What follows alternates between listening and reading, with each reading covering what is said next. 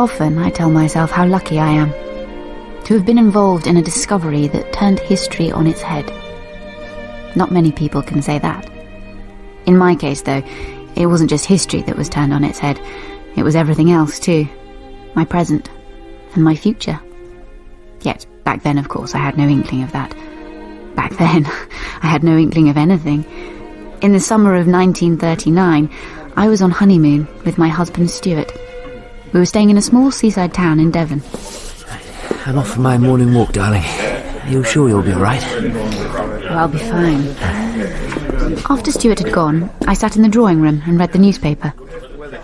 Several of the other guests were also there, sitting half buried in their tatty chairs, staring out with veiled, incurious eyes.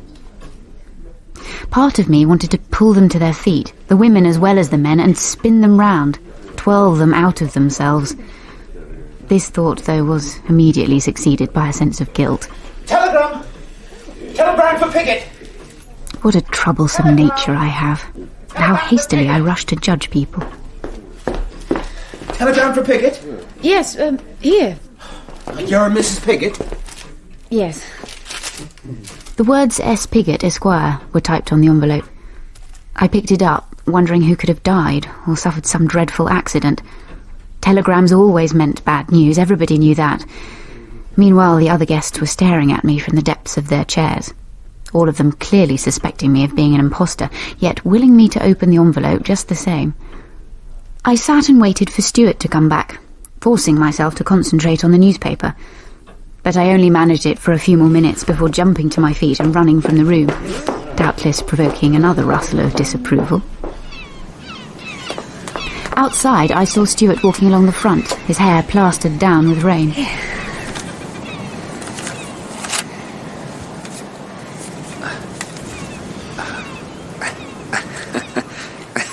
What is it? Look. Major find in Suffolk, stop. Buried ship, stop. Come at once, stop. Bring wife, stop. Regards, Phillips, stop. Typical Phillips. Issuing lordly commands and expecting everyone to drop what they're doing. What are you going to tell him? That it's impossible, of course. Why? Well, what if this find really is as exciting as he says? Darling, we're on our honeymoon. But if we don't go, we might kick ourselves in years to come. When we're old. Darling, no, it's simply not fair on you. I only wish the hotel wasn't so fatigué. Still, the weather's bound to buck up soon. Well... What, you really think that... Goodness, well, I suppose we could go. I just hate to think of you being disappointed, that's all. Oh, I could never be disappointed. Not when I'm with you.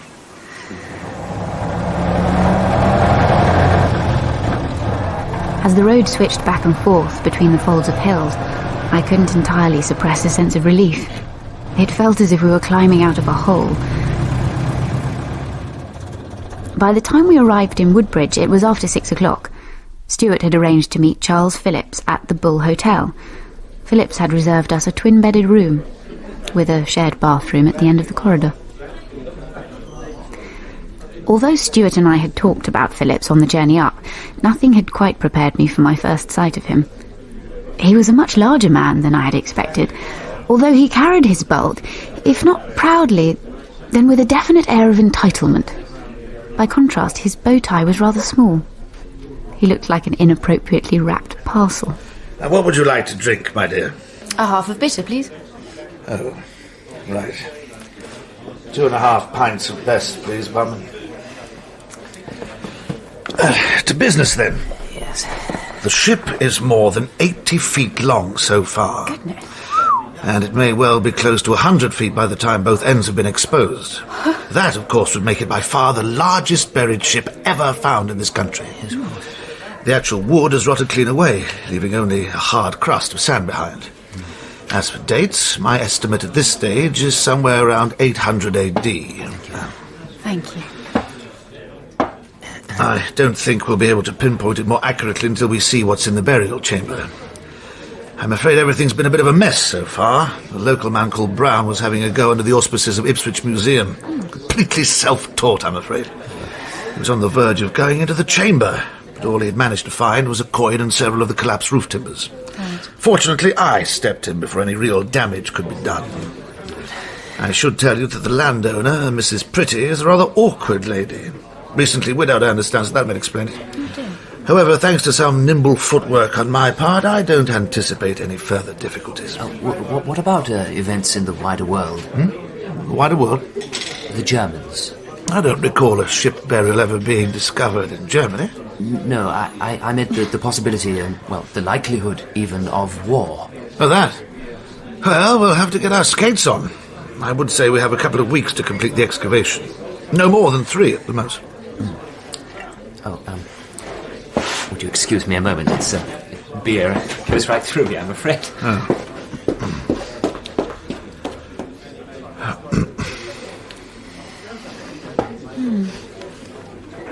Mr. Phillips, I wanted to tell you how flattered I was that you specifically asked for me to come here. I only hope that I'll be able to repay your faith. It's just I haven't done very much actual field work. I wouldn't want you to think I was more experienced than I actually am. Oh, never mind about that. You have the key attributes. That's all that matters. I do? Are you quite sure? It's perfectly simple. Look at me. What do you see? A man? I happen to have large bones. It runs in my family. Stuart has smaller bones, but even he must be around the 12-stone mark. You, however, by virtue of your sex, are a good deal smaller and lighter than either of us. The ship is in a very delicate condition. Put too much weight on it and the whole thing could disintegrate. It therefore seems sensible that I should supervise matters from outside the trench, while you will be able to get on with the actual digging. Mr. Phillips, am I to understand that you only asked me here because of my size?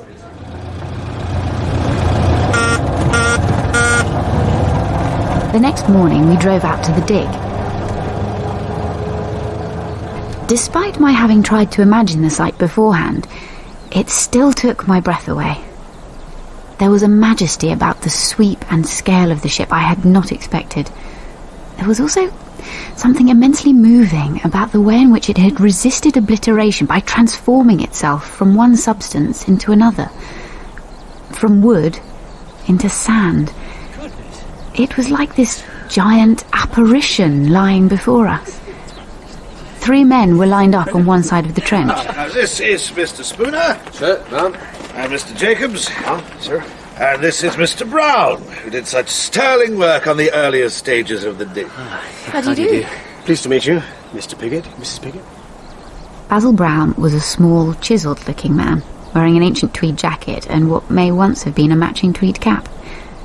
In view of his appearance, it came as something of a surprise that he should ever have been in charge of the excavation.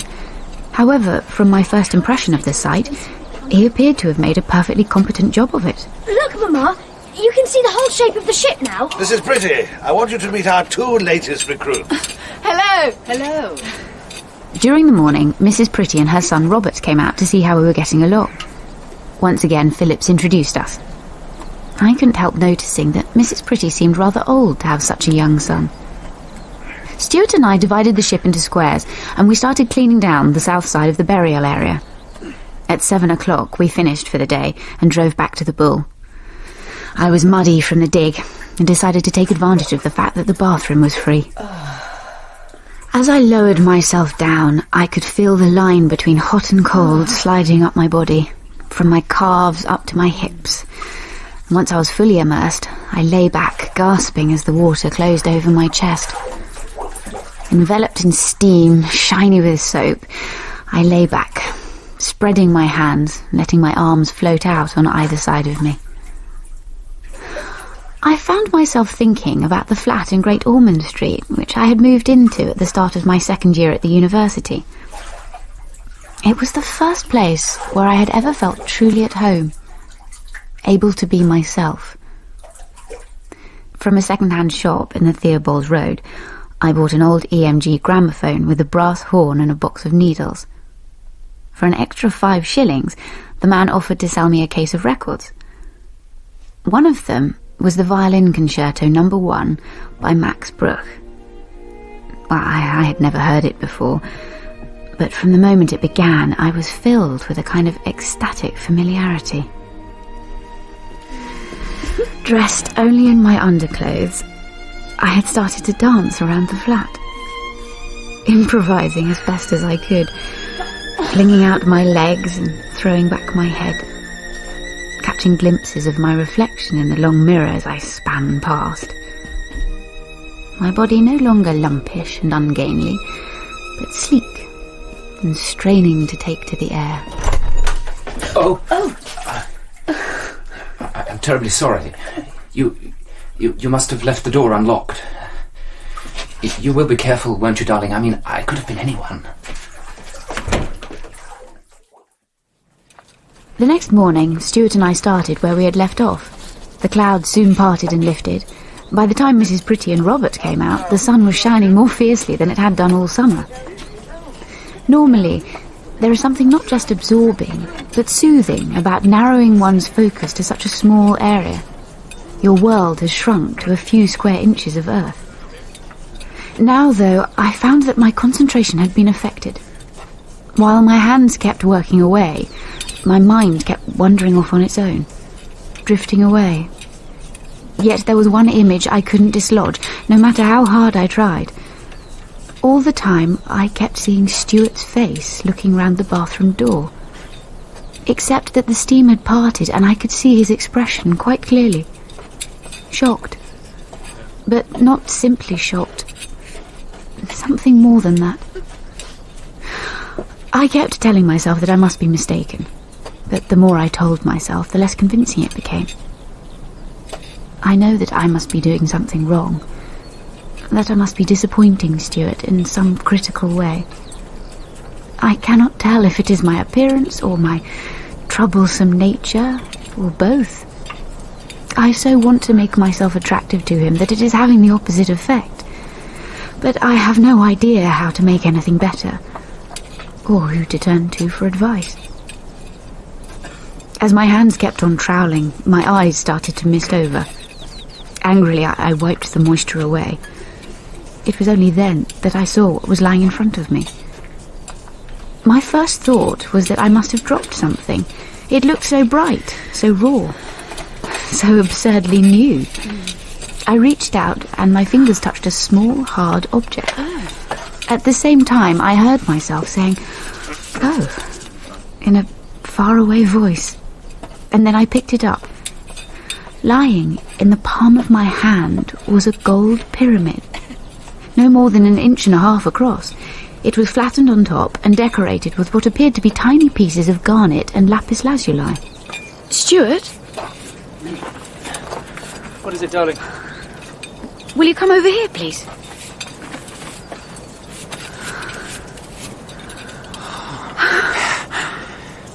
Where did you find this? Just down there. You clever girl. You clever, clever girl. May I have your attention, everyone? Peggy, my wife, has found something that I'm sure will interest you. What is it? What have you found? Is it gold? Oh, yes. It's gold, all right. Well done.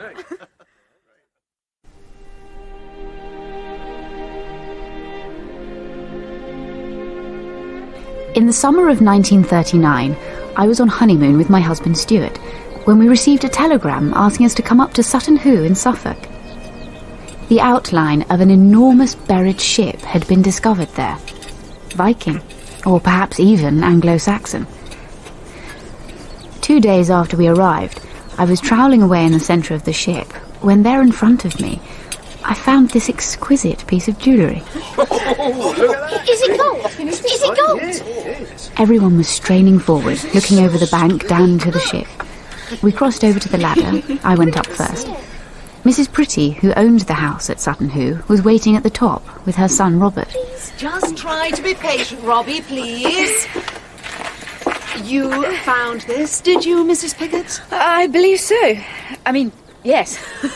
Well done, my dear. What a wonderful discovery. Part of me wanted to tell her that it had just been lying there, that all I had to do was bend down and pick it up. But however ill-deserved this praise may have been, I didn't want it to stop. Not completely. We stood around for a while in a dazed sort of way. As we did so, I noticed Mr. Brown. He was hanging back, apart from the others, not saying anything. Well, as he had been in charge of the excavation to begin with, I thought he would like to see the gold pyramid. He stared at it for a few moments, and then asked where I had found it. Just down there, Mr. Brown. Just to the left of that greenish band. I can easily show you. If you'd just like to come down the ladder with me. Best not, thank you. Mr. Phillips said he doesn't want me going anywhere near the burial chamber. Why on earth would he say that? Oh, I dare say he has his reasons. As we stood there looking down into the ship, Mr. Brown told me when he first realised what they had found.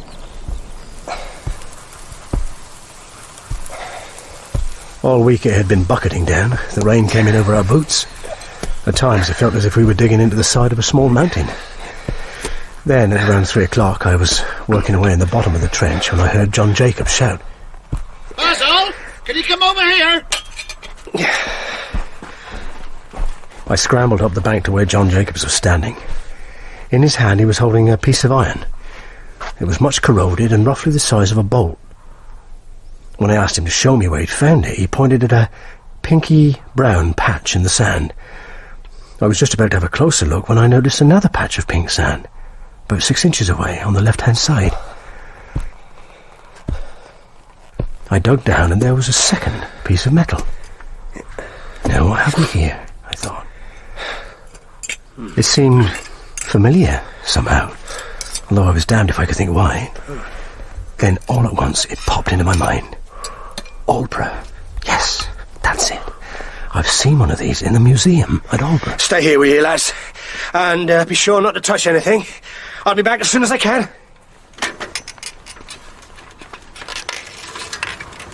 By the time I reached Rendlesham Forest, the mist was already rising off the trees. Coming closer to the sea, the breeze was so strong it nearly took my cap off. I rode through fields of wheat and sedge until I reached the ferry crossing opposite Slaughton. As luck would have it, a ferry was about to depart. The moment the ferry touched land, I was off. I parked my bike outside the museum and asked the woman behind the desk if I could have a look in their storeroom. While I was searching through one of the lower drawers, I saw a piece of purple cloth all tattered round the edges. I picked up the cloth and something heavy and cylindrical fell out. A piece of metal. Underneath was a typed label giving the date of discovery, May 1870, along with the place where it had been found, Snape Common. I must have stayed staring at the label for several minutes. Steady on, Basil, I told myself. Easy does it. But even as I was giving myself a talking to, I could hear my heart pounding away. Come with me, will you, lads? And bring the tape measure. Within half an hour I had uncovered 5 patches of pink sand. All of them the same distance apart, but spreading out towards the edge of the trench. Each one set a little deeper than the one before. What is it, Baz? I think it's a ship.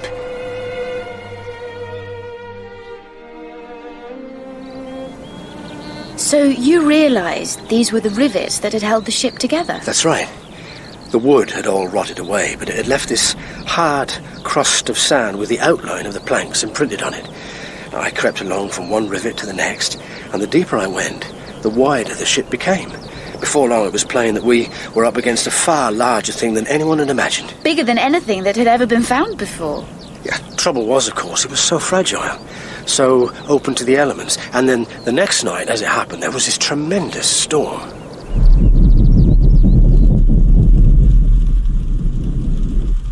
I sat up in the middle of the night, unable to work out what had woken me. It didn't take long. Rain was drumming against the window. Fetching a torch, I made my way downstairs. There was an oilskin hanging by the door. Hurriedly, I pulled it over my head. Outside, the rain was blowing damn near horizontal. Once I reached the mounds, I saw it was just as I had feared. The tarpaulins were flapping about like untethered sails. Rain was pouring into the ship. When I grabbed hold of one of the tarpaulins, it immediately pulled me over. The only solution was to tie 2 of them together. Then I dragged them round the exposed end of the ship, this before stretching out the tarpaulin and securing the other side. I managed to secure the first 2 like this, but on the third, I lost my footing again and began falling right into the innards of the ship. I could feel wet sand raking through my fingers. Finally, I came to a halt. Hand over hand, I began to haul myself up the bank. When I reached the top, I could see the treetops tossing about above my head. Still on all fours, I scuttled from one tarpaulin to the next until they were all secured. I had no idea how much water had got in. My biggest worry, one I could hardly allow myself to think of, was that a large section of the ship might have been completely washed away.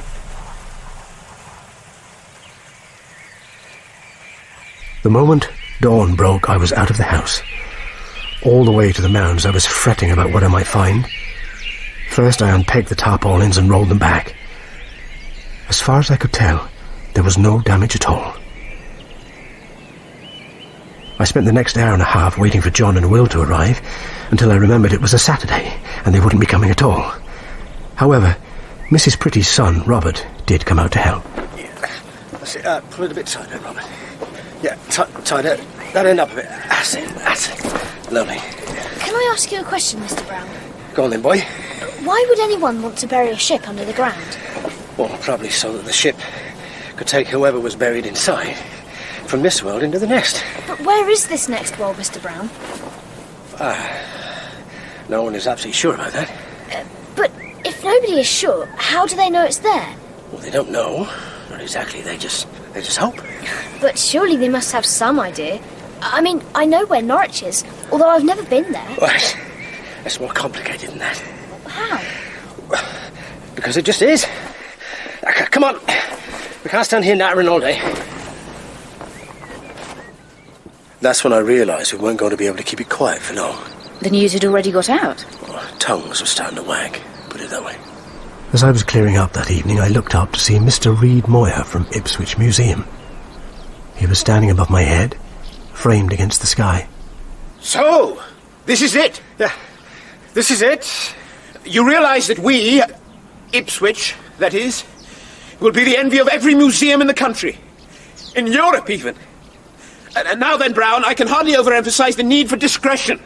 The last thing we want is anyone else sniffing around and trying to steal our thunder. Of course, Reid Moir wasn't the only one. There was also Charles Phillips from Selwyn College, Cambridge. Had you met Phillips before? No, but I'd heard of him, though. Whatever happened, I knew I didn't have much time left on my own. The next morning, I began to excavate the western end of the chamber, and within a few hours, I came across something solid. It appeared to be made out of clay, about 3 feet in length and 18 inches wide. The 3 of us prized it free. Underneath lay a square patch of earth, much darker than the sandy soil all around. It was just like a trapdoor. Well, can you come and lend a hand? Is this it, Basil? Is this the burial chamber? Yes, I think so. Taking the bodkin, I began scratching away. The first chink was so faint I scarcely heard it. I tried again. There was another chink. As I swept the earth away, a bluish-grey shape began to appear. I told myself it was probably a pebble. I went on telling myself it was a pebble until I could be certain that it was a coin, no bigger than a shirt button. On one side of it was a plain cross. On the other, what appeared to be the imprint of a head. When Jacob and Will left for the day, I carried on scraping and brushing. The light was starting to go. When I looked at my watch, it was already past 8:30. I couldn't believe it. The sweat ran down my nose and dripped onto the ground. I can't say how much later it was. Time seemed to be rushing away from me when I came across a piece of wood. so decayed even my pastry brush was too rough. In one place, though, the timber was quite solid. When I tapped it with my finger, it gave out a soft, hollow sound. Mr. Brown? What are you doing here? I saw the glow of your pipe. Have you found something, Mr. Brown? Can I come and have a look? Not now, boy. Just go back to bed and leave me be. By the time I looked up again, Robert had gone. The light was fast disappearing. In the top left corner, I could just make out a small hole in the wood. It was then I did something shameful. Something I can never properly explain. I pushed my finger through the hole. It went in quite easily, the timber fitting snugly round my knuckle. Beyond was a cavity. By now I could hardly see the wood, it was so dark. Yet still I couldn't bear to take my finger away. When at last I did, a great wash of sadness came over me. So strong it quite knocked me back.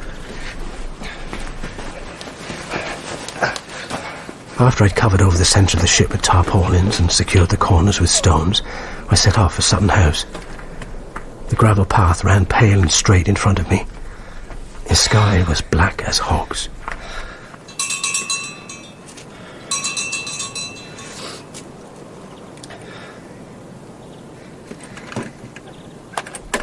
Mrs. Pretty's butler, Grately, answered the door. Would you tell Mrs. Pretty I need to see her? Now? Do you know what time it is?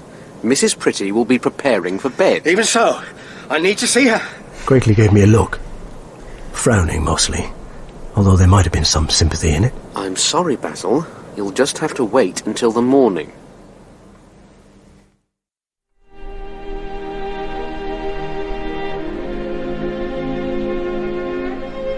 I was standing on the side of the mound at Sutton Hoo with Basil Brown, looking down at the outline of the enormous ship that had been buried there. He was telling me how he had found the burial chamber in the centre of the ship, and how he had taken the news to Mrs. Pretty, who owned the land where the excavation was taking place. When he was shown into the hallway, he could hear voices inside the drawing room. The moment he knocked on the door, the voices stopped. Thank you so much for coming, Mr. Brown. Have you met Charles Phillips from Selborne College, Cambridge? Of course you know Mr. Reid Moir from Ipswich Museum. Mr. Brown, I have asked you here to discuss a rather delicate matter. Now, you mustn't take this personally, Brown. Take what, personally? What I'm about to say. As you know, this is now a very important dig, among the most important ever discovered in this country. One that simply cannot be left in the hands of an ad hoc team from a small provincial museum. And therefore, with the full agreement of Mrs. Pretty and, of course, of Mr. Reid Moir, I have assumed full control of the excavation. You're replacing me? That is not how I would choose to put it, Brown. I very much hope that you feel able to carry on, albeit in a more subordinate role, of course. I see. When exactly are you taking over, Mr. Phillips? Immediately. From today. In which case, I'd like to assure you that I'll do anything I can to help, in whichever way you see fit. There. I told you I didn't anticipate any difficulties. That man. I'm surprised you could stand to remain here. Oh, I don't care about Phillips. I spent my whole life around here, you see, and my father before me. This land is in my blood, I suppose. But despite everything, I couldn't bring myself to leave. I was still thinking about what Mr. Brown had told me when it began to rain. At first, it looked as if it would be no more than a shower, but then came several claps of thunder. By 6, it was plain that we were not going to be able to continue. Stuart and I drove back to Woodbridge with Charles Phillips. I'll sit in the front, shall I? I'm sure you can squeeze in the back, my dear. I sat with the window open and the thundery breeze buffeting against my face. As we drew up outside the Bull Hotel, the street lights were already being turned on. Orange balls of light stood out against the dark grey sky. New face, not bad. I've seen you in here before. You're one of those archaeologists working over at Sutton Hoo. Yes. You found any gold, have you, old boy? Well, as a matter of fact, my pockets are absolutely crammed with it. Oh, marvellous. Marvellous. Well, you must have a drink then. Thank you. I think I could do with one. Excuse me. Congratulations, darling. Yes, congratulations. People spend entire lifetimes waiting for a discovery like this. It hardly seems fair that it should happen to one so inexperienced. Nonetheless, here's to you, my dear. Cheers. Now, let's think about period. My initial feeling is that we were looking at something near 800 AD. However, this changes everything. Let's also consider the coin that Brown found before I arrived. I've had this dated from between 575 and 625 AD. My feeling is that the jewellery comes from much the same period. Considering all this, what do we have? We have a buried Anglo-Saxon ship, almost 100 feet in length, with what appears to be an intact burial chamber at the heart of it. But surely... Yes? Well, if that is right, surely it would alter our entire understanding of the Dark Ages. It would, rather.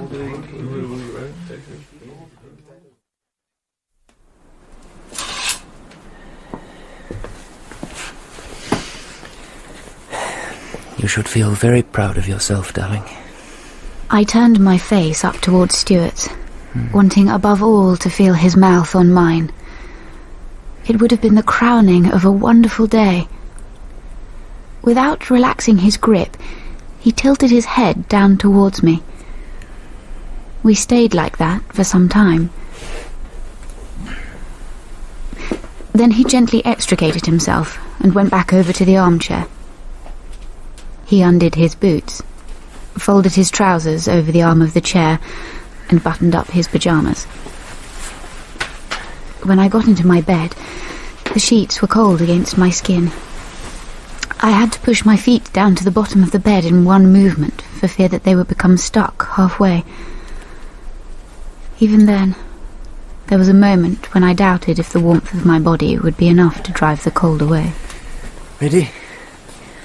Ready. Sleep well, darling. The next morning, I continued working in the same part of the burial chamber, while Stuart moved to the westernmost corner. Phillips patrolled up and down the edge of the trench, monitoring our progress. Try to make sure you step on the planks wherever possible, will you? Psst, darling, come here a moment. What is it? Can you see that?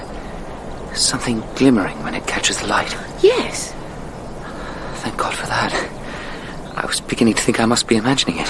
What is it? What have you found? It's more gold. Quite a bit more gold, in fact.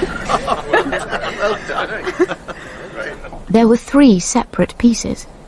One appeared identical to the pyramid I had found the day before. The other 2 were small gold plaques, both around 2 inches in length. All of them were so beautiful, so delicate, and yet so pristine, like emissaries from another world. As I looked at them, I was overcome by an enormous sense of insignificance. Not just my own, but everyone's. I felt as if we were all insects who had been tipped onto our backs from waving our legs vainly at the sky. Mrs. Pretty's nephew Rory arrived that afternoon. He was riding a heavily laden bicycle and weaved his way unsteadily towards the mounds. Piled up behind his saddle were several cylindrical-shaped bags. His appearance was as chaotic as his bicycle. He had on yellow oilskin trousers and what appeared to be an old golfing jacket. On his head, worn back to front, was a baggy checked cap. He looked just like an Irish tinker. However, he seemed to know what he was doing. Out of one of the tubes, he took the component parts of a tripod and screwed them together. Once that was done, he started taking various photographs of the pieces of jewellery, as well as several more of the interior of the ship. Can I carry your tripod, please, Rory? Of course you can, Robert. Be grateful for your help.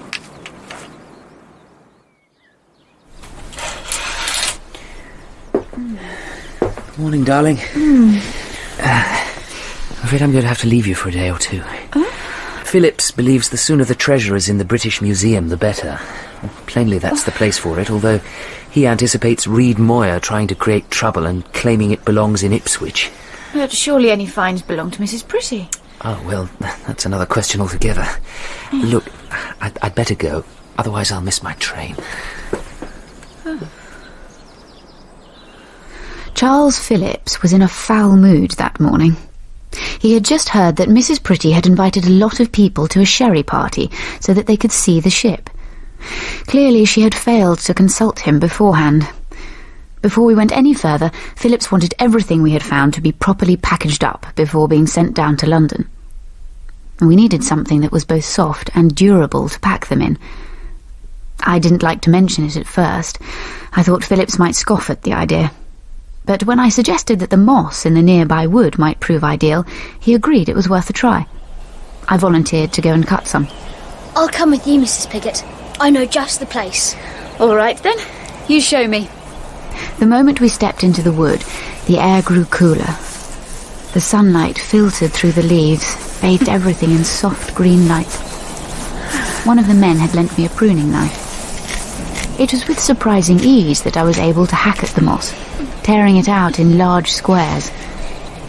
When I stood up, I saw an enormous silver object floating in the sky over Woodbridge. As I watched, a second silver object rose into the air beside it. Barrage balloons. Mr. Brown told me about them. They're to stop enemy aircraft. I put my arm around Robert's shoulders, and together we stood watching as the two balloons bumped into one another. Picking up armfuls of cut moss, we began to climb back up the slope. On the way, we passed a khaki-coloured bell tent. The flap was tied back. Inside, I could see a sleeping bag and some scattered clothes. Before I could ask, Robert told me that this was where Mrs. Pretty's nephew, Rory, was staying. Isn't he allowed indoors? It's not that silly. He prefers being out here. The sun beat down even more fiercely than before. I was wearing a sleeveless blouse. I could almost see my arms and shoulders turning an angry red colour. This, though, was no time for vanity. That afternoon, I uncovered a tangled mass of purplish metal, roughly spherical in shape. Stop! What do you think you're doing? When I'd finished, I went looking for Charles Phillips to show it to him. I found him at the bottom of the bank, shouting at Mrs. Pretty's nephew. Haven't I told you before? You can't simply wander around taking your photographs as you see fit. In future, I must insist you ask my permission. Have I made myself clear? I wonder if I might have a word, Mr. Phillips. Just wait till I've finished. Where exactly would you like me to wait? Here, or shall I go back to the chamber? What? Wait wherever you like. Oh, never mind. I've finished here anyway. I should keep your distance. I'm in the doghouse. So I see. I know these are not exactly ideal circumstances, but we've never really met. I'm Rory Lomax. Peggy, Piggott. I'm just staying here for a few days. I know. I've seen your tent. Yes, well, I'm not really camping out, you know. I mean, I am, but I can always take a bath in the house, so I'm a bit of a fraud, really. Mind you, there's nothing to beat sleeping out of doors, not at this time of year. Lying in my tent and listening to the nightingales. Nightingales? Haven't you heard them? Only on the wireless. On the wireless? It doesn't matter. No, please. There's a cellist called Beatrice Harrison. During the summer, she liked to practice her cello out of doors. One evening, she was playing a piece of music when, to her astonishment, she heard a nightingale singing along with her. At first, she thought it must be a strange coincidence, but just to make sure, she started playing a scale. As she did so, the nightingale accompanied her. Miss Harrison was so excited, she went to see Lord Reid at the BBC. Go on. The next time Miss Harrison went to practice outside, there were microphones in place. And she started playing as usual, but nothing happened. And then, just as they were all getting ready to go, the nightingale started to sing. And it carried on for the next 15 minutes, its voice rising and falling, along with Miss Harrison's cello. That's wonderful. Yes, it was. It was wonderful. The silence between us was broken by a loud click.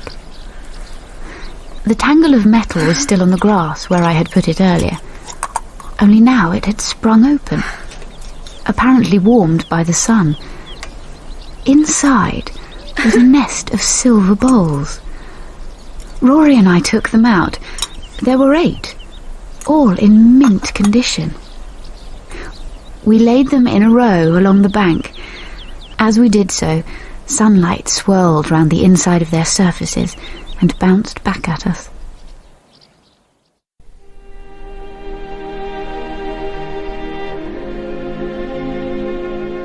Although the excavation at Sutton Hoo continued to go well, the international situation was declining by the day.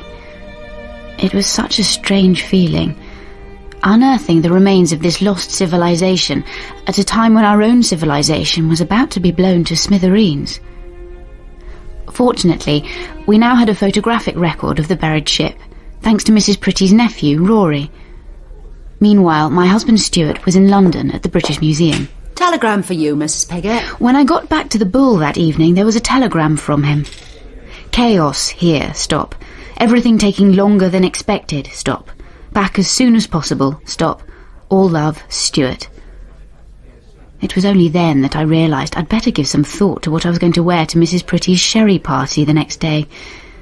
The only possibility was my going away outfit.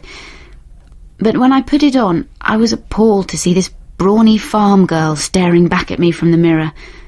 My shoulders appeared to have broadened, and my wrists to have thickened. The only consolation was that Stuart would be spared from seeing me like this. Now, I'm sure I don't need to tell you that secrecy is the key. If news of this gets out, we'll have all sorts of dreadful people swarming round here, journalists and the like. Don't tell anyone any more than you have to. Is that clear? Quite clear. Good girl. Good afternoon, Phillips. Reid Moir. I introduced one of my fellow archaeologists, Peggy Piggott. Good afternoon. How do you do? I understand you are favouring us with a speech, Phillips. A brief address, nothing more. I trust you will be paying due credit to Ipswich Museum. I know how much everyone is looking forward to seeing the finds. Then I fear they'll be disappointed. I don't understand. Are you saying the finds are no longer here? Some pieces are still here. However, we've decided not to show them, not to members of the public. Now look here, Phillips. Surely I don't have to remind you that there wouldn't have been an excavation at all if it hadn't been for Ipswich Museum.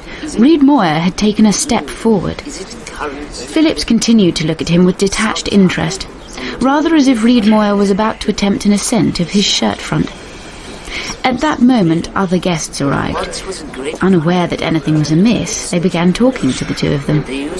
I took this opportunity to slip away. Already, people were lining the banks and peering into the ship. After 20 minutes or so, following prompting from the staff, they all sat down. Phillips strode out in front of the chairs. Keeping one hand in his jacket pocket, he proceeded to give a very brief and remarkably undramatic account of the discovery of the ship. Not only that, but his voice sounded oddly faint.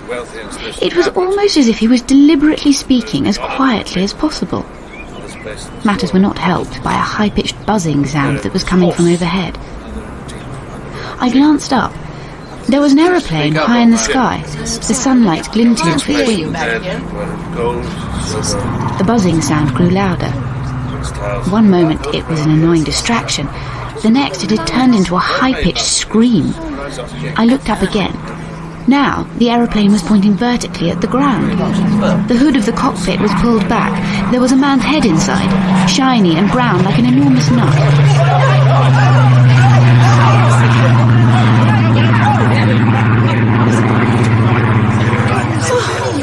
Crikey. You all right? What happened? Some damn fool showing off, I expect. Either that or he was trying to hear what Phillips was saying. Look, you've grazed your knee. It's perfectly all right. No, it's bleeding. Here, at me. No, really. But Rory Lomax had already unwound a cream silk scarf from around his neck and was holding it against my leg. Everyone else was standing up now. Some were still brushing themselves down, others talking excitedly to one another. As we walked through the guests, I felt like one of those figures from a medieval wall painting whose feet hang in the air, several inches above the ground. What are you planning to do later? I don't know. I hadn't thought. It's just that I wondered if you'd like to go for a walk in the woods to see if we can hear a nightingale. As I said before, it's a bit late in the year now, but you would be very welcome to come along if you like. Well, thank you. I would like that. Good. Well, why don't we meet outside the squash court at 8 o'clock? When I arrived at the squash court, Rory was already waiting. He was wearing a long herringbone overcoat I had not seen before, along with his Irish tinker's cap. Right. Shall we go? There was a cinder path that skirted the house and crossed the top of a meadow. It must have been a meadow once, although now it was choked with bracken. Running along our left-hand side was a white paling fence. I smelled the sweet, louche smell of gorse, then honeysuckle, and then just as intensely, wild garlic. Rory turned on a torch. A wand of light illuminated our way. At the end of the cinder path was a stile leading into a wood. We descended through the trees, our footfalls giving out muffled thumps. Oh! Here, take my hand. Just for this bit, until it becomes flatter.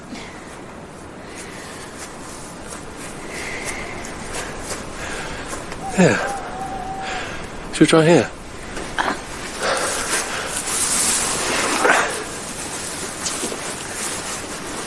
Most of the nightingales have paired off by now. There's just the odd few left. The unlucky ones, I suppose. Mind you, they say that desperation makes them sing all the harder. Oh. Do you want some coffee? I brought along a thermos. Through the trees I could see narrow streaks of silver where the moonlight hit the water. A few stars had appeared above the tops of the trees. Down below, the foliage was too dense for any light to penetrate. Everything was quite black. So are your people from around here? I'm not sure if I have any people. How do you mean? There's something about the darkness that invited confidences. Almost before I was aware of opening my mouth, I found myself telling him how my mother had left us, and how my father had died when I was young, and how the four of us, my two sisters, my brother and I, were taken in by my father's brother and his wife. How did your father die, if you don't mind me asking? In the war? No, he drowned. We were on holiday in Cornwall. I saw him being pulled out of the water. They tried to give him mouth-to-mouth resuscitation, but, well, I think he was probably dead already. You're shivering. Let me put this coat around your shoulder. Oh, no, it's please. No trouble. As hard as I could, I tried to make myself stop shivering, to stop this jumping and twitching in my veins. How did you meet your husband? Stuart? Yes, Stuart. He was my tutor at the university. And did you know straight away? Did I know what straight away? No, that's none of my business. Tell me. I don't mind. I just wondered if you knew straight away that you wanted to marry him. Not straight away, no. But we had a lot in common. Shared interests are very important, don't you think? I wouldn't know. No? It's never happened to me. I wish it had, but it hasn't. Not yet. Still, I live in hope. I lay back, resting my head against the bark of the tree. I could no longer see Rory. I could only hear him breathing. What about you? Me? Oh, there's nothing much to tell, I'm afraid. Well, why don't you tell me what made you become so interested in photography?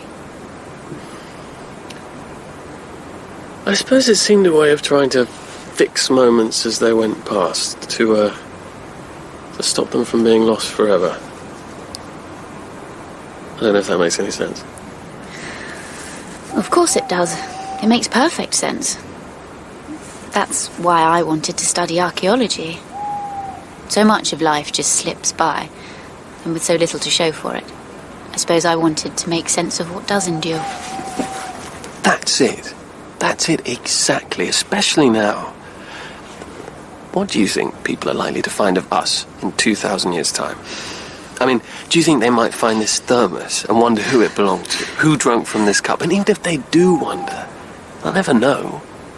Not who we were, what we were thinking and feeling at the time. At best, only this thing will have survived. Everything else will have just disappeared. I could feel the blackness in my nostrils. I found myself remembering a story I must have read as a child about an old lady who sneezed and her whole body flew into pieces. I wonder if we should move on. We're not having much luck here, are we? We walked down to the water and made our way along another path. After a few hundred yards, it veered away from the river and started to climb back up the bank. As we began climbing, it occurred to me that this was almost certainly the route used to haul the ship up from the river to the mound. Once, hundreds of men had heaved and pushed away here, all of them feeling that another world lay just beyond their reach, perhaps just beneath their feet. I tried to imagine them now, hauling on ropes, bending their backs. Momentarily, they knotted before me, then slipped away. We continued on up the slope, emerging from the wood just by the shepherd's hut. Ahead of us lay the ship. Approaching from an unfamiliar angle, I couldn't get over how raw it looked, how wanton, pegged back like a giant wound. Walking towards the ship, I became aware of something dancing in the air. At first, I thought it could be sand, but this didn't look like sand. It was like a cloud of snowflakes. Rory reached out and snatched at one of them. When he opened his hand, I could see something shining there. What is it? I think it must be gold leaf. I remember Phillips saying how there was a lot of it lying around. The gold flakes continued to swirl about in the breeze. I could see them quite clearly now. I gazed in wonder, unable to trust the evidence of my eyes, yet watching the flakes settle on my shoulders and my chest. I held out my arms wide with my palms upwards, wanting as many to fall on me as possible. I had this absurd fancy that I would be all garlanded and crowned like a princess. But when I reached up to feel my hair, all I touched was a piece of twig. It must have become caught there while I'd been lying down. I tried to disentangle it, except it wouldn't come. I only succeeded in making it more tightly snagged. Ow! Here, let me. I stayed still while Rory began unpicking the twig from my hair. He did so very carefully, not tugging at all, parting the strands and then unwinding them. It was as if he was picking me apart.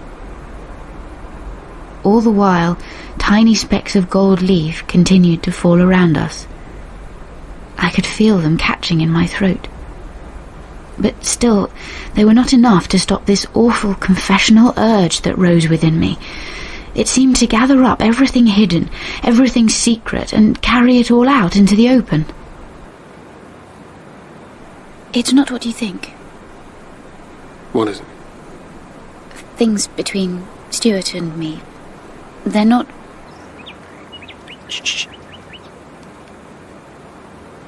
Listen. I heard nothing at first. And then the birdsong came from so close at hand that I almost jumped. There were long gurgling trills punctuated by a series of harsh little clicks. We waited too, as the bird waited for a response. There was nothing, only silence. Then the singing started up again, both louder and more passionate than before. These bubbles of sound streaming up into the night sky.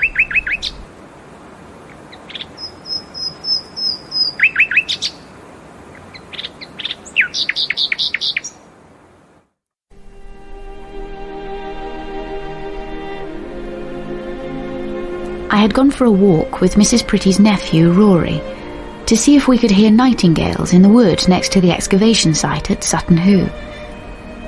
We had heard nothing, not at first. Then, all at once, these bubbles of sound streamed up into the darkness. The nightingale's song was sadder than anything I had ever heard before, full of yearning and desperation and regret.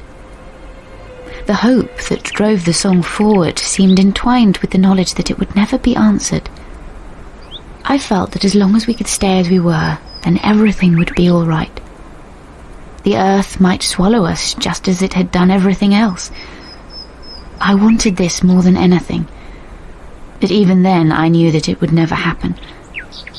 I knew it when I saw a torch beam cutting through the darkness. Good evening. I'm Police Constable Ling. May I have your names, please?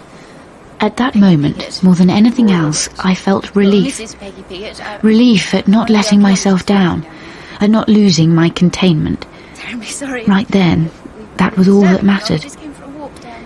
I tried to explain that I was one of the archaeologists working on the excavation, that my husband was away in London, and that I had gone for a walk after dark with a young man I had only just met. I was trying to explain this as much to myself as to anyone else. And all the time I could hear the hopeless babble of my voice, the words almost tripping over one another. I won't disturb you any further, then. In fact, we were just going, Rory. Isn't that right? Yeah, absolutely. In silence, we walked back towards the house. Rory kept the torch beam trained on the path in front of my feet. When we reached the car, he opened the door, waited until the engine had caught, and waved me off as I drew away.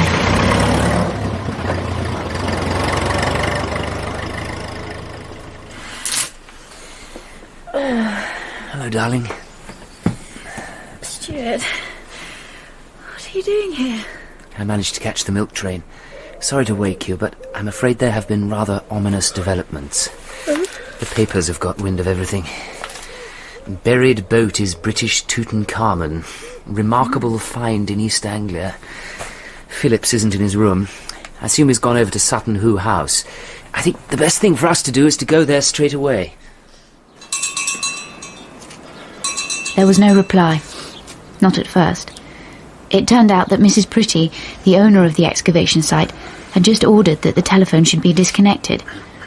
According to her butler, she had been receiving constant calls since 7 o'clock that morning. Stuart and I were standing there, wondering what to do, when Charles Phillips appeared at the door.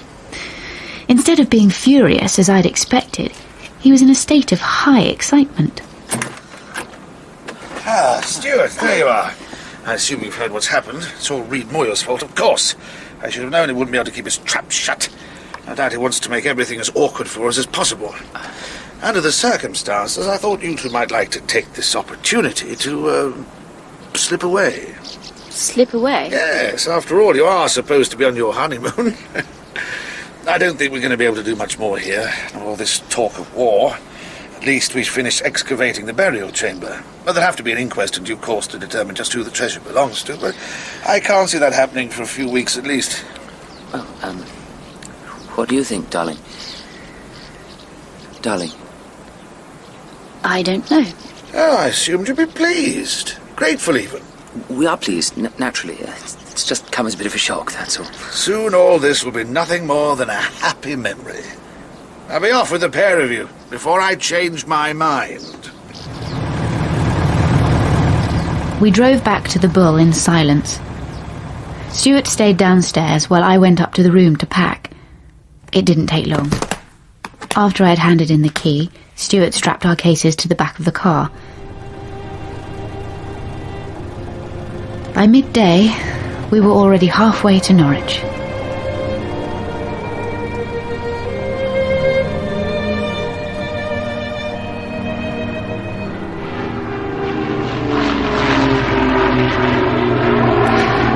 It was 2 months before I returned to Sutton Hoo.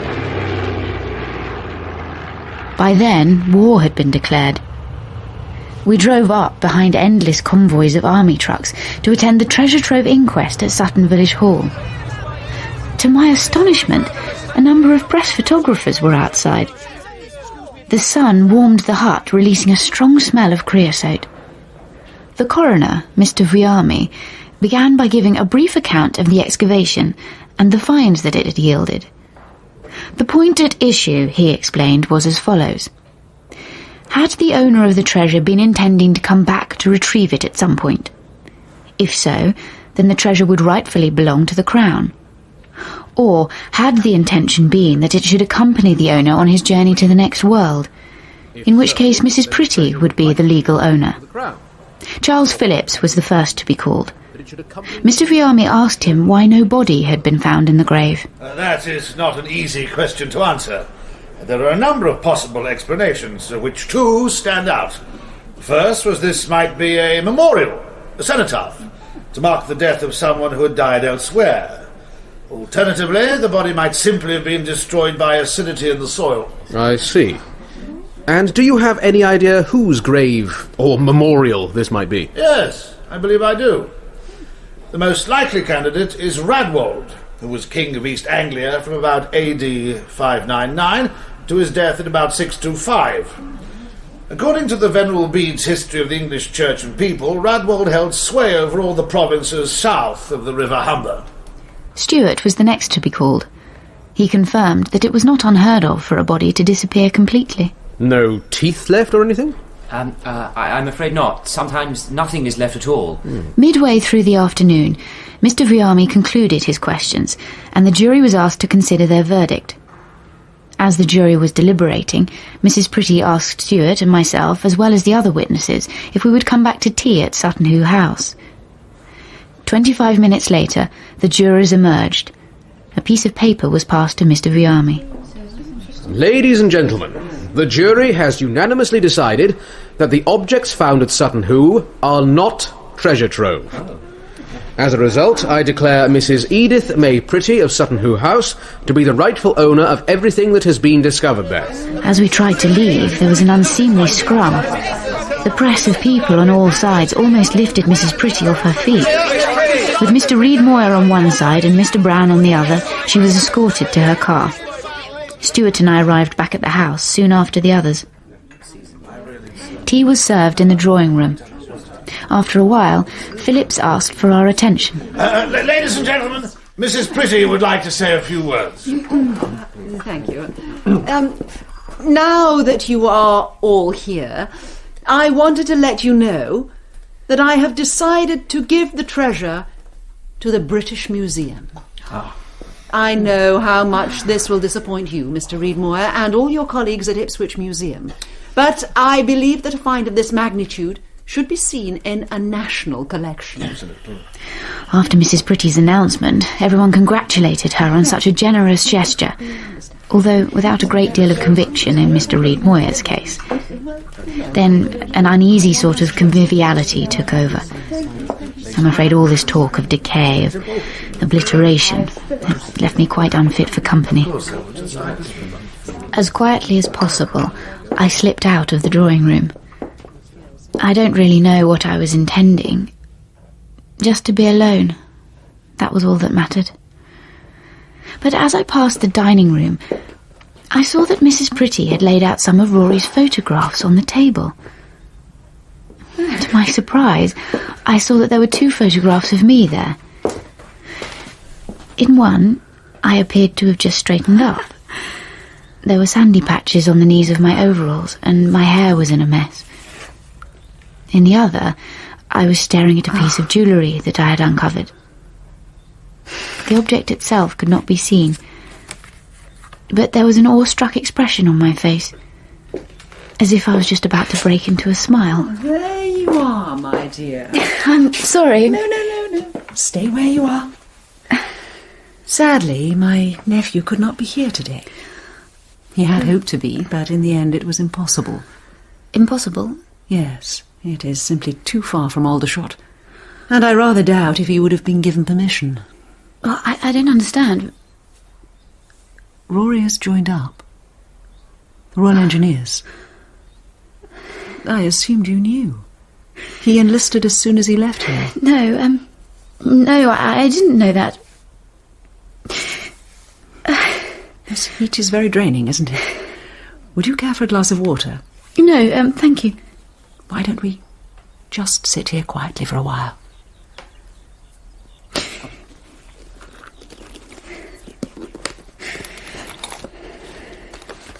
I have a handkerchief, if that's what you're looking for. Thank you.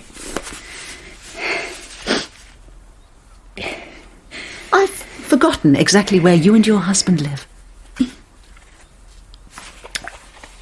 In a little village called Rockbourne, near Salisbury. Oh, goodness, you have had a long journey. No wonder you're tired. Tell me, my dear, do you have any plans now that this is all over? Stuart has been asked to do something by the university. Near Uffington in Berkshire. There is a large Bronze Age fort there. And you will help him, of course. He plainly depends on you a great deal. I don't know about that. Do not doubt it, my dear. Not for a moment. You have such a fascinating life, you know. Do I? Well, work like yours must offer such a sense of satisfaction. Yes. Yes, it does. And I am quite sure it will continue being a source of great joy to you. Joy as well as sustainment. Mrs. Pretty reached out and put her hand on mine.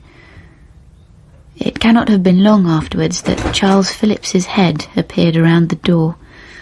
His eyes went back and forth from one of us to the other. Ah! We wonder what had happened to you both. Soon afterwards, we all wished Mrs. Pretty goodbye. I asked her to remember me to her son, Robert, who had started his new school in Ipswich. As we pulled out of the drive, we passed Basil Brown on his bicycle. He was sitting ramrod straight in the saddle, with his tweed cap on his head and his pipe stuck between his teeth. I wound down the window and waved, but I don't know if he saw me. Beyond Woodbridge, they were burning stubble. You could see the columns of smoke for miles around. Partridges rose into the air, screeching away as their nests were consumed. Rabbits and hares, terrified by the flames, ran across the road. But they were only escaping from one inferno into another. The whole landscape was ablaze. There was no longer any sign of the sun. Ahead of us, the road rose and disappeared into a bank of grey smoke. As we drove towards it along the ash-covered tarmac, our wheels made no sound at all.